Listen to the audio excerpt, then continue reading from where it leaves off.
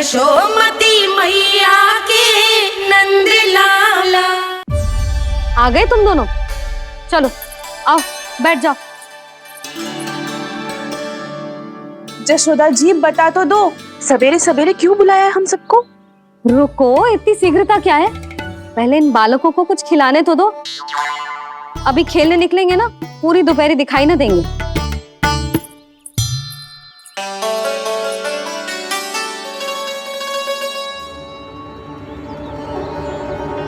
मैया देखो ना, कैसे अपने आभूषणों का दिखावा कर रही है जो सुलोचना।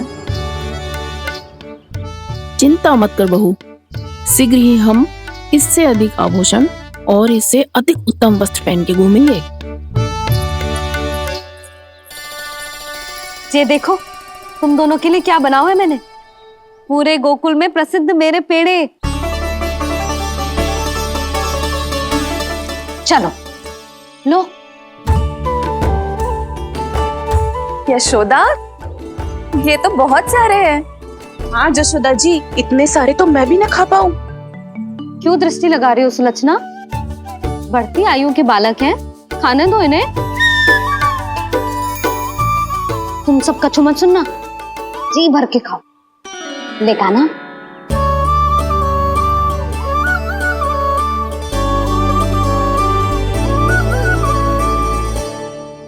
हे नारायण, मैंने अपने कान्हा को जो सिखाओ है, बस वे उसे स्मरण रखें और उसका पालन करें।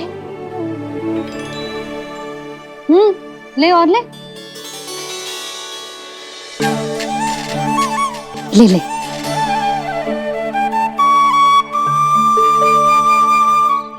आज तो एक के बाद एक पेड़ मिल रहे हैं, वो भी बिना रोक टोक के। मैया दो के बाद तीसरी मिठाई बड़ी कठिनाई से खाने देती है, पर आज सादा लाड पेड़ों के माध्यम से जिता रही है। कछु तो रहस्य है। प्रभु, क्या आप भी वही सोच रहे हैं जो मैं सोच रही हूँ? कोई परीक्षा तो नहीं ले रही है ये? किस सोच में पड़ गए तुम दोनों?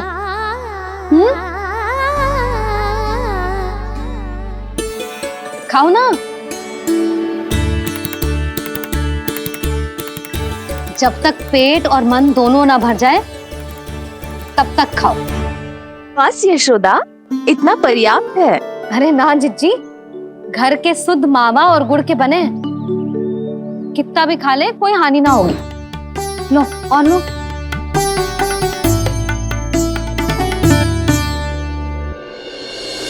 प्रभु, परीक्षा ही है ये तो खाए जा रहा है।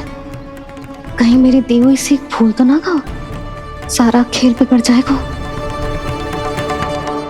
सदैव स्मरण रखियो लल्ला, लोग बहुत भयानक होते हैं, बहुत भयंकर।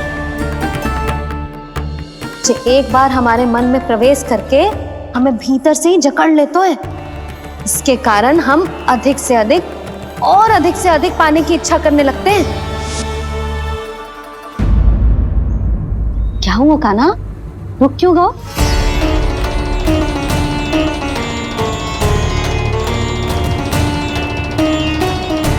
आपने तो सिखाया था मैया, जितनी आवश्यकता हो उतना ही लेना चाहिए, लोभ कभी ना करना चाहिए। बहुत बुरा राक्षस है लोभ।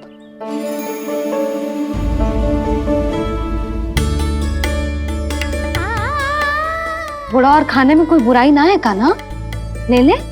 ना मैया, लो मैं अधिक खाऊंगा तो फिर पेट पकड़ के बैठना पड़ेगा।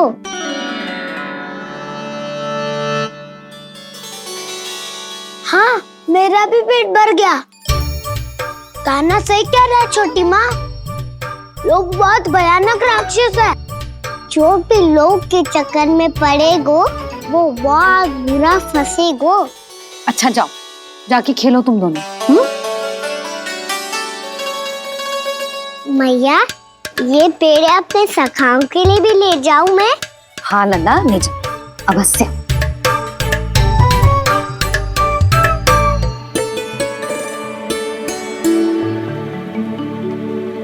देखो, जो बात इन नन्हे से बालकों को भी समझ में आ रही है, वो तुम सबकी समझ क्यों ना आ रही?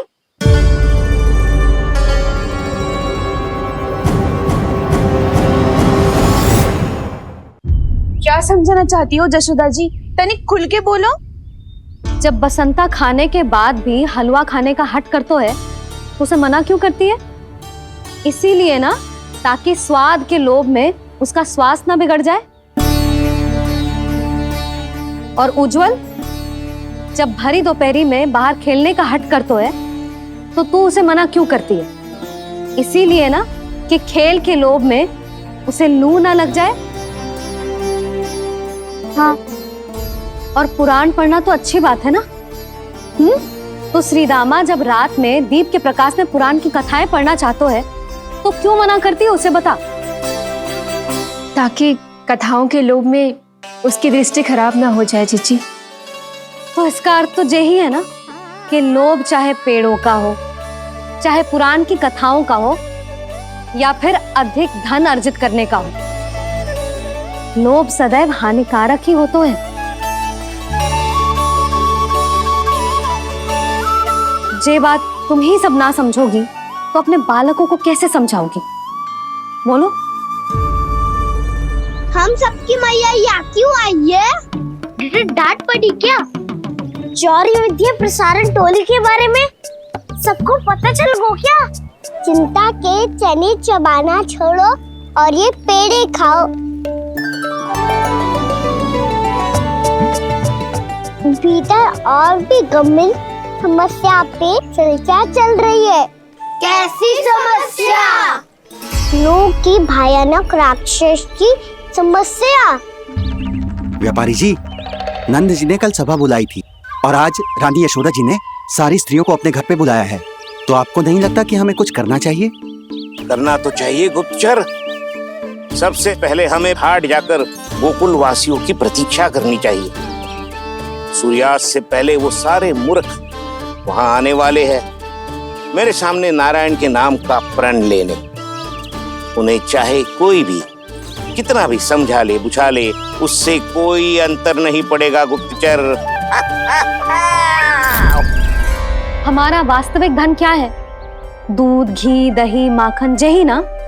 हाँ, तो श्री नारायण की कृपा से तो हमारे पास इसकी कोई कमी ही ना है। तो हम सब तो पहले से ही धनवान हुए ना। तो फिर जे गोधन अपने परिवार और संतान में बांटने के बाद जो भी बचतो है वो तो हाट पे बिखी जातो है ना। तो फिर मथुरा के किसी अपरिचित व्यापारी के साथ माथा फोड़ने की क्या आवश्यकता है? जशोदा जी, हम आपकी और नंदराज की चिंता समझते, पर इसकी कोई आवश्यकता ना है। कुछ उल्टा सीधा नहीं करेंगे हम। विश्वास रखो जशोदा, हम जो कुछ करेंगे समझदारी से करेंगे।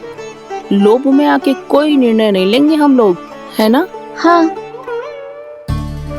अच्छा, अब चलती हूँ। बुलावे की सूचना पाके सब कार्य ऐसे ही छोड़कर आ गई थी।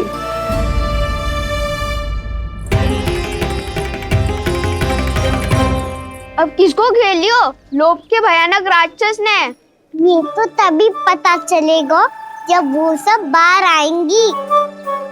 तब तो सबको बहुत ध्यान से देखना पड़ेगा।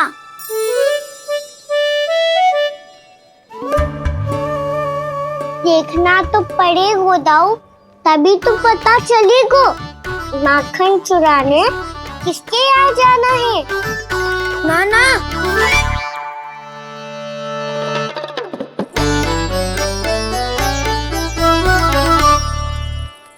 लोग का राक्षस तो उनके पास दिख ना रहे है।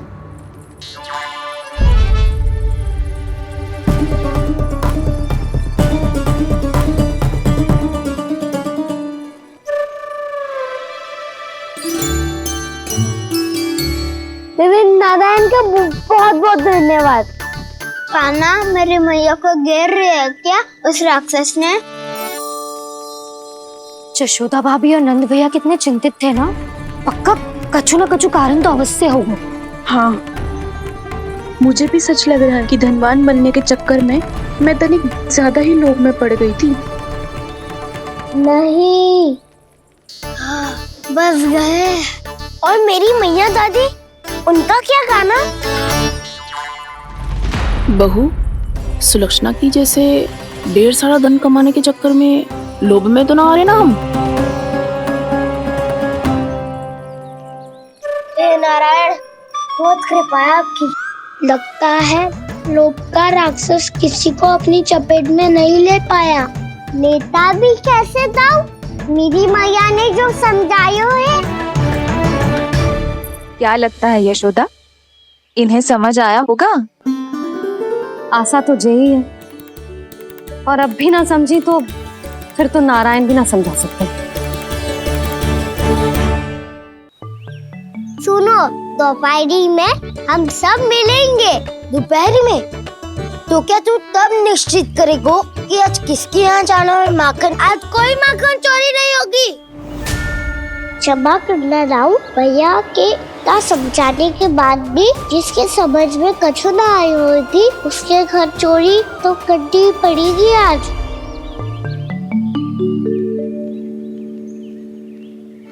व्यापारी जी, सारी स्त्रियां एक साथ यहीं आ रही हैं। मेरे चक्रव्यूह में फंसने की इतनी शीघ्रता कि संध्या तक भी नहीं रुक पाई।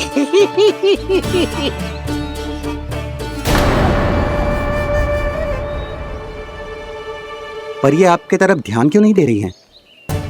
लगता है गोकुल की रानी ने इनको पाठ पढ़ा ही दिया। अब आपको ही कुछ करना होगा व्यापारी जी।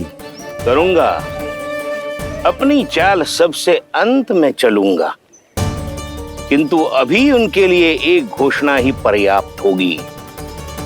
तुमने सबको सूचित तो कर दिया है ना कि सबको अग्रिम धनराशि मिलेगी, वो भी दूध, दही, माखन, घी बेचने के बाद नहीं, वो पहले ही मिला करेगी। वो भी केवल एक दिन की नहीं, पूरे सप्ताह की। मैं बिल्कुल सही कह रही थी। जशोदा जी और नंदराज व्यर्थ ही चिंता कर रहे थे। यदि इन व्यापारी जी के मन में कोई मैल होता तुझे अग्रिम धनराशि थोड़ी ना देते। बात तो तुम सही कह रही हो सुलक्षणा।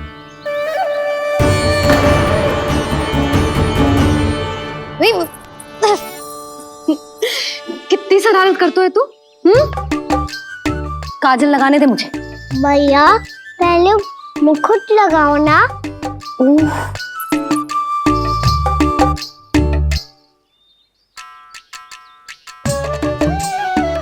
और मेरी मुरली?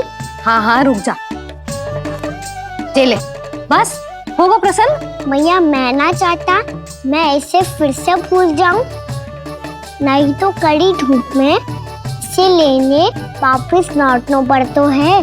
चल अब बैठ जा, अब मुझे काजल लगाने दे लेना। भैया इतना सारा काजल मत लगाओ, छोटा सा बालक लगता हूँ मैं। आहा, नखरे तो देखो, इतना सज धज के तो तेरे बाबा भी ना जाते बाहर, दृष्टि लग जाएगी लल्ला।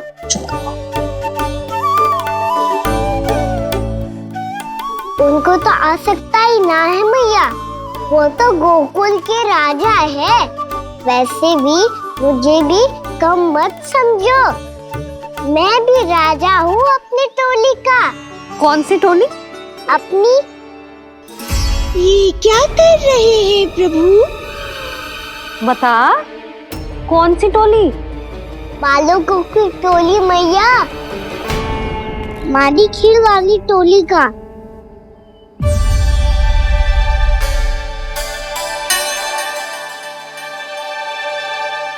क्या हुआ जी? देखो जी, आप इतनी चिंता मत ही करो, आप गोकुल के राजा हो और जे बालकों की टोली का राजा है, तो मैं भी जसोदा हूँ, मैं कोई कम थोड़ी ना हूँ, मैं भी गोकुल की स्त्रियों की रानी हूँ। मैंने सबको समझाओ है, सब समझ गई हैं। उपनंद भैया से बात करके आ रहा हूँ अभी। पता चलो है कि उस व्यापारी ने अग्रिम राशि का लोभ दिया है सबको। मुझे ना लगता तुम्हारे समझाने का कोई लाभ हो। अभी तो ये सब समझ के गई, बोल के भी गई, कि अब उस व्यापारी के फेर में ना फंसेंगी। इतनी शीघ्र पलट गई, इन सब में अपनी बुद्धि ना है क्या? जब कोई विकार मन में बस जाता है ना यशोदा, तो सूझबूझ सब समाप्त हो जाती। तो मुझे ही कच्चू करना पड़ेगा। मैया मैं जाऊं? हाँ तू जा।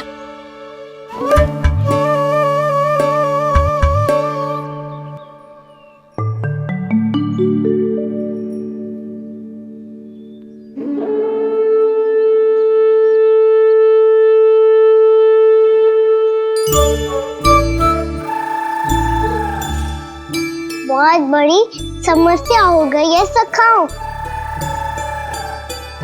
कैसी समस्या? लोभ का भयानक राक्षस कहीं ना गए हो, वो अभी भी यही है। मुझे पता था, और इसका सबसे अधिक प्रभाव तो मेरी मैया और दादी पर ही हुआ है। तुम सच कह रहे हो उज्जवल? हाँ। अरे कछु ना बलदाऊ, जे बड़ बोला तो ऐसे ही बात करते रहेगा बड़ा चढ़ा के। बड़ा चढ़ा के नहीं बोल रहा हूँ मैं। आज से घर पे दूध दही माखन घी सिर्फ एक बार ही मिलेगा। पर क्यों? ताकि अधिक से अधिक दूध दही माखन घी बचाकर उस व्यापारी को 2 गुना मूल्य पे बेचा जाए। इतने से तो काम ना चलेगा। उस सुलक्षणा से, और मैं तो कहूँ सुलक्षणा से ही क्यों, पूरे गोकुल में सबसे अधिक धनवान बनना है तो और माखन जमा करना पड़ेगा। हाँ हाँ मैया, लाओ मैं इसे ऊपर रख देती हूँ। चोरी चुपके से खा तो ना जाएगी ना? तेरी घबराहट बता रही है कि घर से निकलने से पहले तूने थोड़ा माखन तो खाया है। सच्ची बोल। ना ना मैया, मैं क्यों माखन खाऊंगी? मैं भी तेरी मैया हूँ लाली, माप के रखो तो मैंने।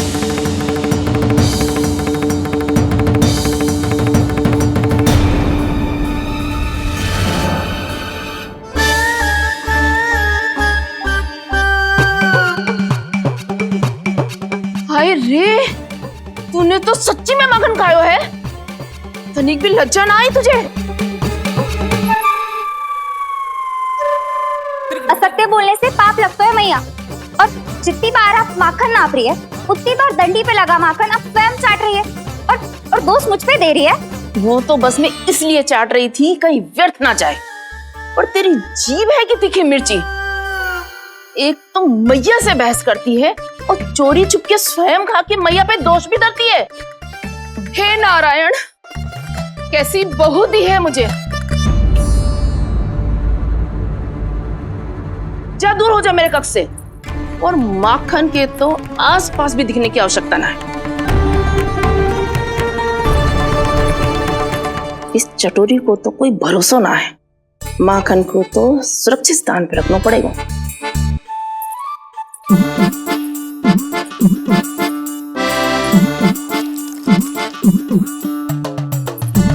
यदि बहू ने अब मटकी उतारने को प्रयास किया तो अचानक पानी गिर जाएगा और घबरा के वो चिल्लाएगी और मुझे पता पड़ जाएगा।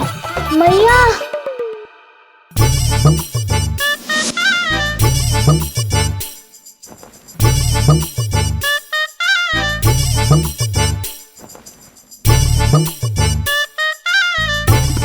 ये माखन तो मैं किसी को छूने भी ना दूंगी, तभी तो बनूंगी धनवान, बहुत धनवान।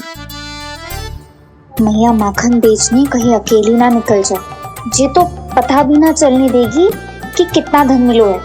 इन्हें अकेली धनवान ना बनने दूंगी मैं भी बनूंगी धनवान, बहुत धनवान। पहले तो जब चाहे तब भरपूर माखन खा सकता था, पर अब दोनों तो ऐसे संभाल के रखती हैं कि जैसे माखन की मटकी ना स्वप्न का कलश हो। मेरे यहाँ भी ऐसा ही हो रहा है। नारायण का बहुत बहुत धन्यवाद। नंद जी और जशोदा जी की बातों में आने से पहले ही सत्य का पता चल गया।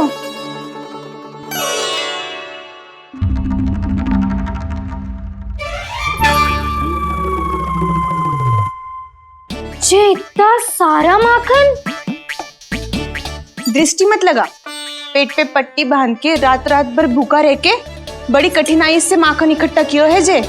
तो क्या आपने निर्णय ले लियो है कि आप उस व्यापारी को वचन दे दोगी?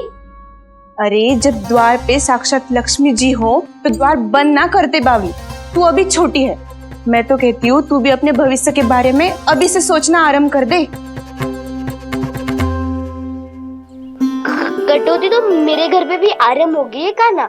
वो मैया ने कहा है ये दूध चाहिए या दही चाहिए या माखन चाहिए, जो भी चाहिए एक ही बार मिलेगा।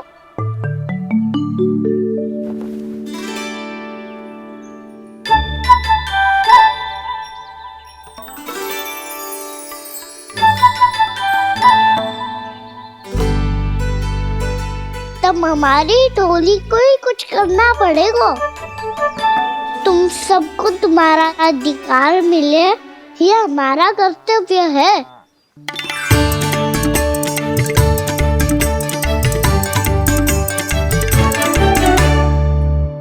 अब हम कछु ना कर सकते यशोदा। यदि अब मैंने उन्हें रोको तो उन्हें लगेगा कि मैं उनसे उनकी उन्नति का अधिकार छीन लूं। दूध दही माखन पे सबसे पहला अधिकार बछड़ों का होता है, फिर घर के बालकों का, और ये अधिकार हमें दिलाना चाहिए, है ना दाऊ? मैं सब समझता हूँ कान्हा, तुम मुझसे इसलिए पूछ रहे हो ताकि तुम माखन चोरी की योजना बना सको, पर मैं तुम्हारा समर्थन नहीं करूँगा। पर दाऊ ना, पिछली बार तुमने ही कहा था ना कि हम ये चोरी केवल वानर महाराज की सहायता के लिए कर रहे हैं। लो, वानर महाराज भी आ गए हमारा साथ देने। आज कोई किसी का साथ नहीं देगा, आज कोई किसी का साथ